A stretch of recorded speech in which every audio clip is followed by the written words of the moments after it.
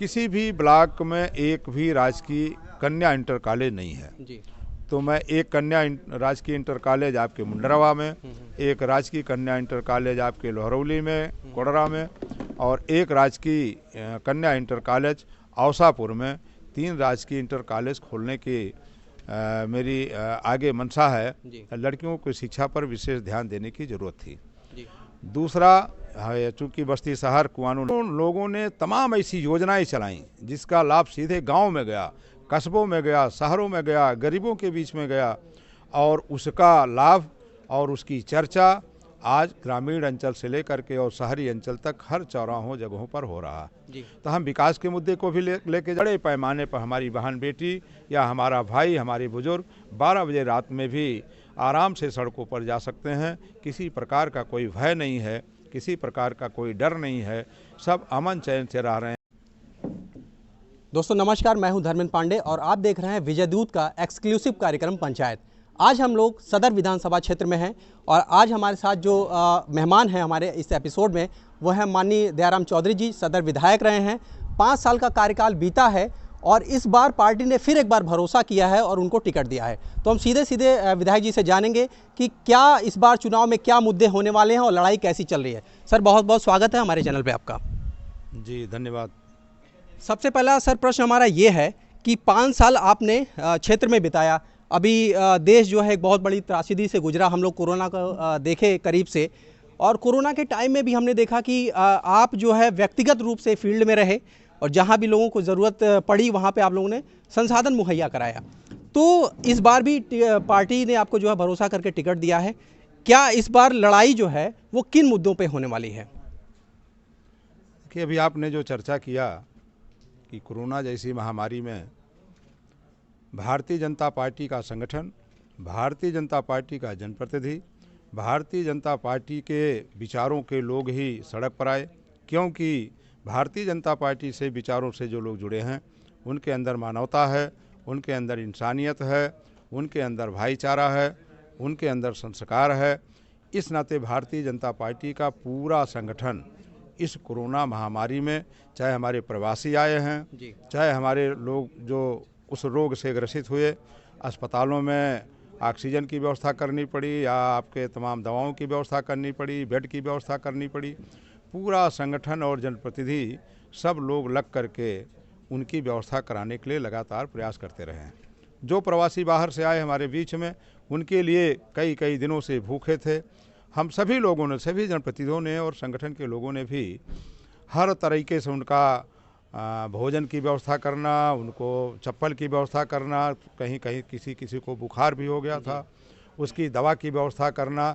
आज व्यवस्थाओं को हम कैंप लगा करके और अपने संसाधनों के माध्यम से हमने प्रवासियों की भी पूरी मदद करने की प्रयास किया है। और जो अन्य पार्टियां हैं आज चुनाव में तमाम लोग ताल ठोक रहे हैं, सपा है, बसपा है, कांग्रेस है, एक भी पार्टी का एक भी व्यक्ति, कोई भी संगठन से लेकर के और उनके पदाधिकारी तक कोई भी आदमी कहीं सड़क पर दिखाई नहीं पड़ा कि इस कोरोना जैसी महामारी में उनका भी कोई योगदान उस मरीजों को या उस प्रवासियों को मिल सके, ऐसा कहीं दिखाई नहीं पड़ा। तो हमने जो सेवा किया है लोगों का, उन सेवा को लेकर के चुनाव के मैदान में है। और इसी के साथ साथ जो विकास किया है, जो हमारी केंद्र की योजनाएं हैं या प्रदेश की योजनाएं हैं, उन योजनाओं का लाभ गांव के आम आदमी तक पहुंचा है, जिसको आज तक कभी कोई पूछता नहीं था। क्योंकि हमारी जो पार्टी है भारतीय जनता पार्टी, वो पंडित दीनदयाल उपाध्याय के विचारों पर चलने वाली पार्टी है। पंडित दीनदयाल उपाध्याय ने कहा था कि गांव का अंतिम छोर पर बैठा हुआ व्यक्ति के चेहरे पर जब तक मुस्कुराहट नहीं आएगी, तब तक यह देश न मजबूत हो सकता है और न यह देश तरक्की कर सकता है। उसी विचारधारा से जुड़ करके इस देश के यशस्वी प्रधानमंत्री आदरणीय मोदी जी और उत्तर प्रदेश के मुख्यमंत्री आदरणीय योगी जी, दोनों लोगों ने तमाम ऐसी योजनाएं चलाई जिसका लाभ सीधे गांव में गया, कस्बों में गया, शहरों में गया, गरीबों के बीच में गया, और उसका लाभ और उसकी चर्चा आज ग्रामीण अंचल से लेकर के और शहरी अंचल तक हर चौराहों जगहों पर हो रहा है। तो हम विकास के मुद्दे को भी लेके जा रहे हैं। हमने कोरोना महाकाल में जो सेवा की भावना से काम किया उसको भी लेके जा रहे हैं। और जो एक आस्था का केंद्र लगभग 500 वर्षों से एक लड़ाई चल रही थी हिंदुस्तान में। हर व्यक्ति चाह रहा था कि अयोध्या में भगवान राम का मंदिर बने, भव्य मंदिर बने और हम सभी लोग उसका दर्शन कर सकें, हम लोग वहाँ का आशीर्वाद ले सकें। लगभग 500 वर्षों से तमाम लोग सोचते सोचते आशीर्वाद लेने के आशा में इस दुनिया से चले गए, लेकिन मंदिर नहीं बन पाया। मैं धन्यवाद देना चाहता हूँ माननीय उच्च न्यायालय को, जिन्होंने राम मंदिर को गुण दिवस के आधार पर फैसला किया और उत्तर प्रदेश की सरकार और केंद्र की सरकारों ने एक व्यवस्था के तहत उस आदेश का पालन कराया और आज भगवान राम का भव्य मंदिर बन करके तैयार हो रहा है। और हम सभी लोग सौभाग्यशाली हैं कि हमारे ही जीवन में वो मंदिर का शिलान्यास हुआ, हमारे ही जीवन में उस मंदिर का उद्घाटन भी होगा और हम उसको बृहद रूप से उसका दर्शन कर सकेंगे और उनका आशीर्वाद ले सकेंगे। तो हमने विकास का मुद्दा लिया, हमने आस्था का मुद्दा लिया, हमने सेवा का मुद्दा लिया और सबसे बड़ा मुद्दा जो इस प्रदेश में था, अराजकता का माहौल था, माफियाओं का बोलबाला था। यहाँ तक कि लोग नारा लगाया करते थे, सपा बसपा के लोग, कि जो ज़मीन हमारी, जो ज़मीन सरकारी है वो ज़मीन हमारी है। तो इस तरीके से नारा, इसका मतलब इस देश में कोई कानून नहीं है। भाई कानून के तहत जो भी ज़मीन है, अगर कोई उस योग्य है, कोई भूमिहीन है, किसी के रहने की व्यवस्था नहीं है, तो एक कानून के तहत उसकी व्यवस्था बनी हुई है। उस व्यवस्था के तहत उस गरीब को वो ज़मीन भी आवंटित की जाएगी उसको, और जो अन्य सुविधाएं हैं आवास बनाने की या शौचालय बनाने की या अन्य सुविधाओं की भी व्यवस्था उस गरीब की जाएगी। ये भारतीय जनता पार्टी की सोच है। तो हम कानून के राज को स्थापित करने के भी सवाल पर आए हैं और माफियाओं का सफाया भी उत्तर प्रदेश में हुआ है। आज बड़े पैमाने पर हमारी बहन बेटी या हमारा भाई, हमारे बुजुर्ग 12 बजे रात में भी आराम से सड़कों पर जा सकते हैं। किसी प्रकार का कोई भय नहीं है, किसी प्रकार का कोई डर नहीं है, सब अमन चैन से रह रहे हैं। और 5 साल आपने देखा होगा पूरे उत्तर प्रदेश में एक भी दंगा नहीं हुआ जी। 5 साल हो गया, एक दंगा नहीं हुआ। और आप पिछली सरकार में देखिए, मुजफ्फरनगर है, 6 महीने तक दंगा चला था, लोग टेंट निकाल करके गांव से भाग गए थे, गांव छोड़ दिए थे। लेकिन जब कानून का राज स्थापित हुआ तो हिंदू भी अमन चैन से है, मुस्लिम भी अमन चैन से है, हमारे अन्य जो अल्पसंख्यक समुदाय के लोग हैं वो भी अमन चैन से हैं। इन सारे मुद्दों को लेकर के हम सभी लोग चुनाव क्षेत्र में जा रहे हैं। चुनाव में सबका सहयोग मिल रहा है और धीरे धीरे जो जातियों के नाम पर लोग वोट करते थे वो जातियां भी कुंद हो रही हैं। अब वो जातियों का जो आगे समीकरण इस चुनाव में नहीं काम कर रहा है। इस समय सारे वर्ग के लोग भारतीय जनता पार्टी के नीतियों और कार्यक्रमों से संतुष्ट होकर के और डबल इंजन की जो सरकार है उससे संतुष्ट होकर के पुनः भारतीय जनता पार्टी का कमल बस्ती सदर विधानसभा में खिलाने के लिए आतुर हैं। और मुझे पूरा विश्वास और भरोसा है कि बस्ती सदर की जो जनता है, जिसकी सेवा मैंने लगातार कोरोना काल से लेकर के और उसके अलावा भी जो हमारा कार्यकाल था, उस कार्यकाल को हमने लगातार उन्हीं के बीच में बिताया है। इस नाते मेरी भी अपनी जो लोगों के बीच में आना जाना बना रहा, लगातार उसमें प्रयास करता रहा। और भारतीय जनता पार्टी के हमारे सरकारों का जो नीतियों का और योजनाओं का कार्यक्रम है, इन सभी को लेकर के हम फील्ड में जा रहे हैं और पूरी जनता बगैर किसी भेदभाव के हमारी योजनाओं से प्रभावित होकर के, हमारे प्रयास से प्रभावित होकर के और भारतीय जनता पार्टी के कमल के बटन को दबाना चाह रही है। ऐसा मुझे पूरा भरोसा है। क्या वादे थे पिछली सरकार में जब आप थे, सिटिंग एमएलए रहे आप, तो पिछले वादे जो थे कुछ ऐसे वादे हों जो रह गए, वो इस बार आप जो है जीतने के बाद पूरे करेंगे? नहीं, वादे तो हमारे जो संकल्प पत्र में था वो तो लगभग सारे वादे हमारे पूरे हो चुके हैं। अब हमारा जो नया वादा है कि हम तो वादा कोई करते नहीं, न घोषणा करते हैं।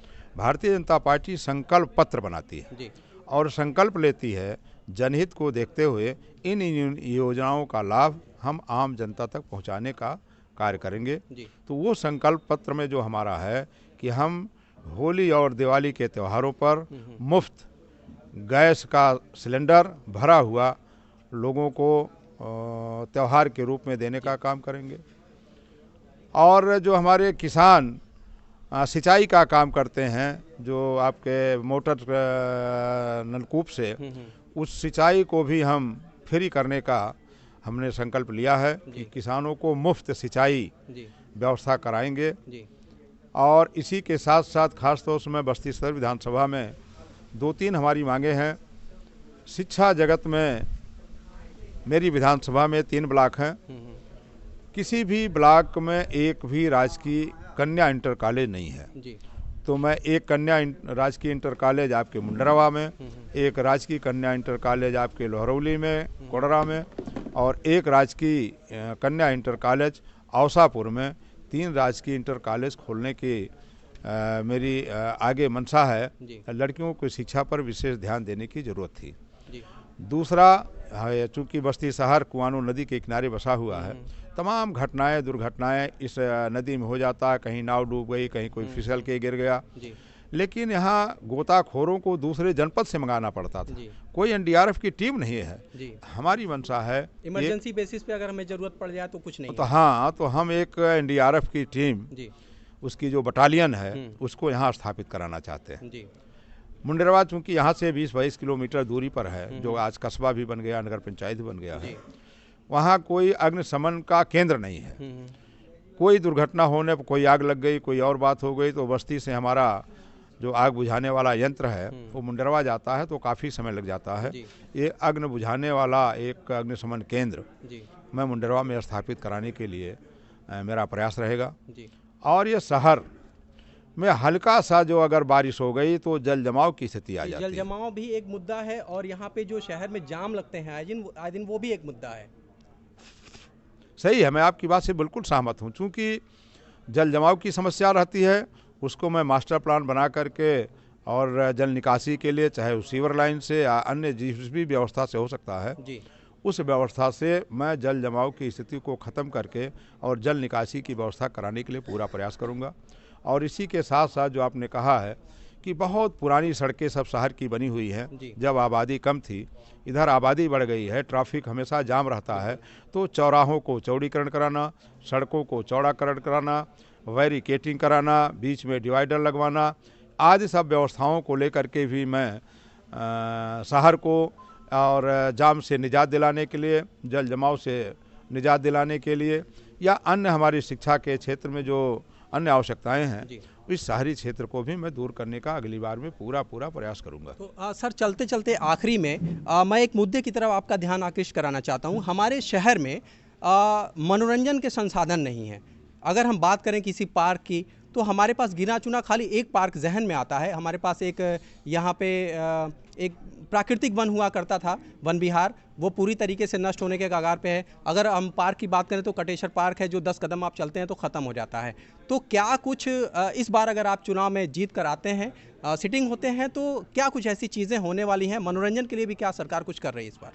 नहीं, सही है। मनोरंजन के क्षेत्र में तो हमने पहले ही देखा है, जो फिल्म जगत एकदम घर बैठ गया था, पुनः हमने उनके फिल्मों को भी रिलीज़ करके और उनको मनोरंजन का लाइसेंस दे करके और चलवा भी रहे हैं।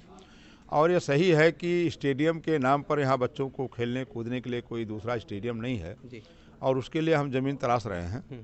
जैसे ही ज़मीन उपलब्ध होता है तो एक बड़ा सा स्टेडियम बच्चों को खेलने कूदने के लिए या अन्य टहलने घूमने के लिए ये व्यवस्था कराने का हमारा पूरा प्रयास होगा।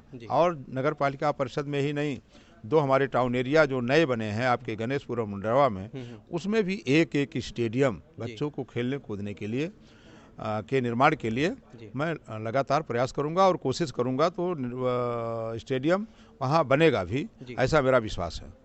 तो सर, हमारे चैनल को ढेर सारा समय देने के लिए धन्यवाद आपको। धन्यवाद भाई।